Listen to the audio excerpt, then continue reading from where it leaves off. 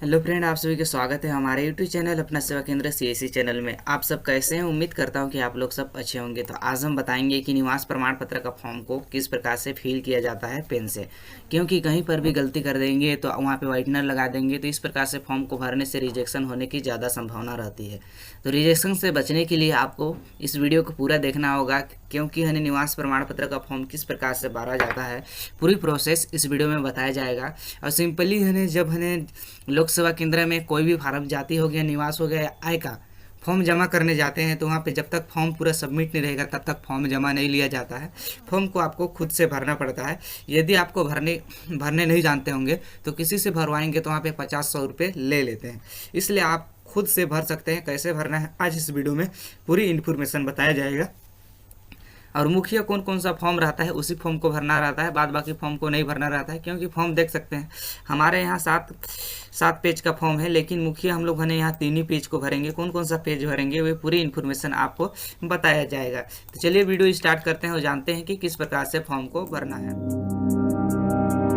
तो hello friend, मैं हूं अनुज और आज हम बताने वाले हैं कि निवास का प्रमाण पत्र का फॉर्म को किस प्रकार से फिल किया जाता है। तो सिंपली निवास प्रमाण पत्र का फॉर्म आपको कहीं भी नज़दीकी चॉइस सेंटर में मिल जाएगा, लेकिन हर जिले का फॉर्म अलग अलग रहता है, लेकिन भरने का प्रोसेस जो एक ही रहता है। जैसे बलरामपुर जिला, सूरजपुर, सरगुजा सबका फॉर्म अलग अलग रहता है। कहीं पे हमें जिला पहले से टाइप किया रहता है तो वहाँ पे काटना पड़ता है और कुछ अलग ही फॉर्मेट रहता है, ठीक है ना। इसमें फॉर्म आपका है 7 पेज का है, लेकिन मुखिया कौन कौन सा पेज है उसको बता देता हूँ। सबसे पहले तो आएगा पटवारी प्रतिवेदन या सरपंच प्रतिवेदन, ठीक है ना। तो सरपंच द्वारा निवास प्रमाण पत्र पारित किया जाता है, ठीक है ना। तो ये फॉर्म को है आप खुद भी भर सकते हैं और यहाँ पे सरपंच का सिग्नेचर लगेगा, ठीक है ना। सिग्नेचर और सील लगेगा। उसके बाद सेकंड में आता है आपका पटवारी प्रतिवेदन, जिसको है आप भर सकते हैं, लेकिन उसमें पटवारी का सिग्नेचर रहेगा या पटवारी खुद भी भर के वो सिग्नेचर मार के दे देगा, ठीक है। और नीचे आता है यहाँ पे निवास प्रमाण पत्र हेतु आवेदन पत्र। इसमें पूरा डिटेल आपका हने लिखाता है, हने स्टूडेंट का लिखाता है, जिसका हने बनवाना है उसका पूरा डिटेल इसमें लिखाएगा। इसको भी भरना जरूरी रहता है, ठीक है ना।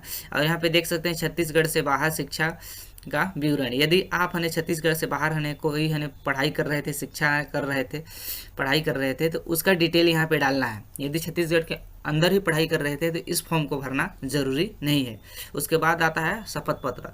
तो शपथ पत्र को भरना जरूरी है। शपथ पत्र उनके पिताजी के नाम पे भराता है, यहाँ पे पिताजी का डिटेल आएगा, ठीक है ना। यदि 18 साल से ऊपर है स्टूडेंट तो खुद भी शपथ लेके इस फॉर्म को भर सकता है अपने नाम पे भी, ठीक है।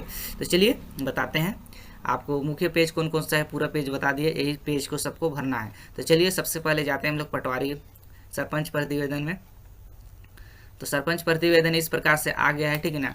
कार्यालय का नाम तो आपका ग्राम पंचायत कौन सा है वे ग्राम पंचायत का नाम यहाँ पे लिख देंगे, टाइप कर देंगे, ठीक है ना।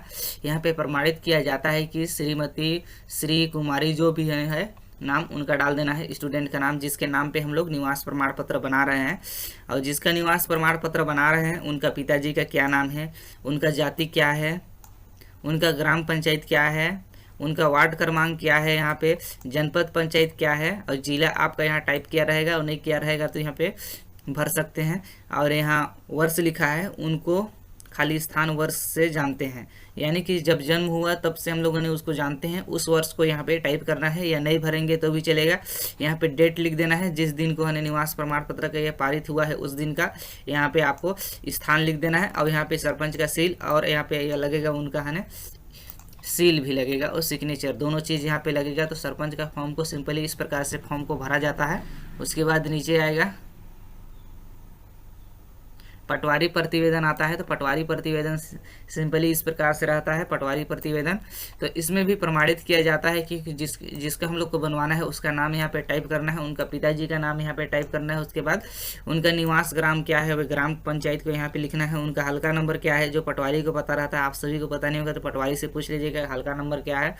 और RNA नंबर क्या है, इस नंबर को भी पटवारियों को पता रहता है। और तहसील आपका कहाँ पड़ता है, आपका जिला कहाँ है। उसके बाद आवेदन के माता पिता के खाते में कुल कितनी भूमि है, रकबा कितना है, वही चीज़ को पूछ रहे हैं। वही रकबा, आवेदन का जन्म स्थान, तो जिसका हम लोगों ने निवास प्रमाण पत्र है उनका जन्म स्थान कौन सा गांव में हुआ था या कौन सा शहर में हुआ था, वही चीज़ को यहाँ पूछ रहा है। जैसे है स्थान कि कहाँ पे हुआ था, गांव पूछ रहा है। आपका जहाँ पे रहते हैं वहाँ पे एक गांव को नाम भी यहाँ टाइप कर दीजिएगा, ठीक है।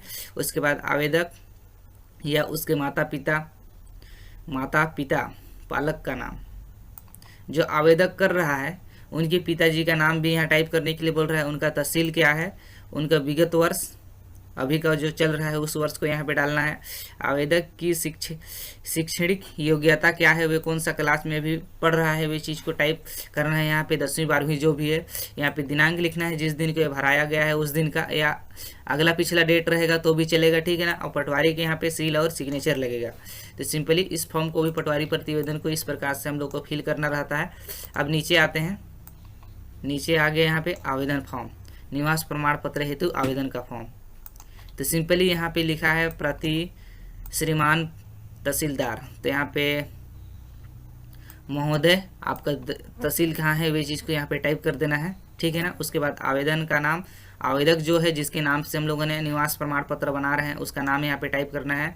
उनका पूरा पता जो भी ग्राम पंचायत तहसील वगैरह है वे चीज़ को, पिता का नाम और व्यवसाय, पिता का नाम यहाँ पे लिखना है और कोष्टक में व्यवसाय क्या करता है, और यहाँ पे उम्र लिखना है, उम्र लिखना है। यह उम्र लिखाएगा आवेदक का जिसके नाम पे बना रहे हैं, और यहाँ पे उम्र यहाँ पे टाइप करेंगे पिताजी का, क्योंकि यहाँ पे सेकेंड नंबर में पिताजी का नाम और व्यवसाय पूछ रहा है। तो यहाँ पे कोष्टक में व्यवसाय लिखेंगे और पिताजी का उम्र लिखेंगे कितना हुआ है, और पिताजी का हमें यहाँ पे पूरा पता लिखना है, ठीक है ना। और यदि आवेदक किन्हीं और, इसको मिटा लेते हैं, यहाँ पे दिखाई नहीं दे रहा है, पालक अभिभावक बताते हैं, तो यदि आवेदक का कोई और पालक अभिभावक उनके पिताजी और कोई हैं तो यहाँ पे उनका नाम भी हमें दर्शा सकते हैं, या सेम जो ऊपर में नाम लिखे हैं उसको दर्शाएंगे तो भी चलेगा, जिसका नाम है ऊपर वही चीज़ यहाँ पे सेम है वही आपको टाइप कर देना है, या अलग और कोई होंगे तो उस चीज़ को भी दर्शा सकते हैं, ठीक है ना। यहाँ पे पूछ रहा है पालक के क्या रिश्ता है, तो माता पिता का रिश्ता है। पालक के साथ रहने की अवधि, तो यहाँ पे जन्म, कब जन्म हुआ था उसका डेट, और यहाँ पे आज का डेट जब फॉर्म भर रहे हैं उस डेट को यहाँ पे टाइप कर देना है। आवेदक का जन्म यानी कि जन्म का यहाँ जन्म होने तारीख लिखना है, और यहाँ शब्दों में लिखना है, जन्म का तारीख ही लिखना है, यहाँ जन्म स्थान की उनका जन्म कहाँ हुआ था, और यहाँ पे उनका राज्य लिखना है, जो भी उनका राज्य है वही राज्यों को यहाँ पे टाइप करना है सिंपली। उसके बाद नीचे आते हैं, उसके बाद सिंपली यहाँ पे प्रमाण पत्र संलग्न है, तो हाँ प्रमाण पत्र पूरा संलग्न है। यहाँ पर को आपको नहीं भरेंगे तो भी चलेगा, 5वां और 6वां ऑप्शन को, 7वां ऑप्शन को शैक्षणिक प्रमाण पत्र यस है हम लोग के पास। क्या आवेदक अनपढ़ है, नहीं, यहाँ पे नहीं, अनपढ़ नहीं है, अनपढ़ होगा तो अनपढ़ के लिए बना रहे हैं तो हाँ यस कर देंगे यहाँ पे।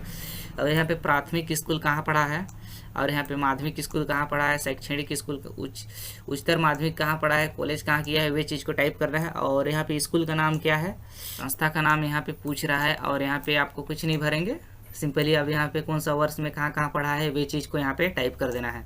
और यहाँ पे आवेदक का सिग्नेचर लगेगा जिसका हम लोग प्रमाण पत्र बना रहे हैं उसका। तो ये 4 फॉर्म आपका हो गया। अब 5वां फॉर्म देख लेते हैं। छत्तीसगढ़ से बाहर आने हुए शिक्षा पढ़ाई कर रहा था, तो इस फॉर्म को भी भर सकते हैं कि यानी प्राथमिक शिक्षा उसने कहाँ किया, किस वर्ष में किया, उसके बाद माध्यमिक शिक्षा कहाँ किया 20 वर्ष को, उच्चतर माध्यमिक कहाँ किया 11वीं 12वीं, और कॉलेज कहाँ किया, इस चीज़ को यहाँ पे फिल कर सकते हैं यदि छत्तीसगढ़ से बाहर पढ़ाई किया है तो। उसके बाद लास्ट में आता है शपथ पत्र। इसी चीज़ को बहुत लोगों ने कन्फ्यूजन रहते हैं कि इस फॉर्म को हम लोग को किस प्रकार से भरना है।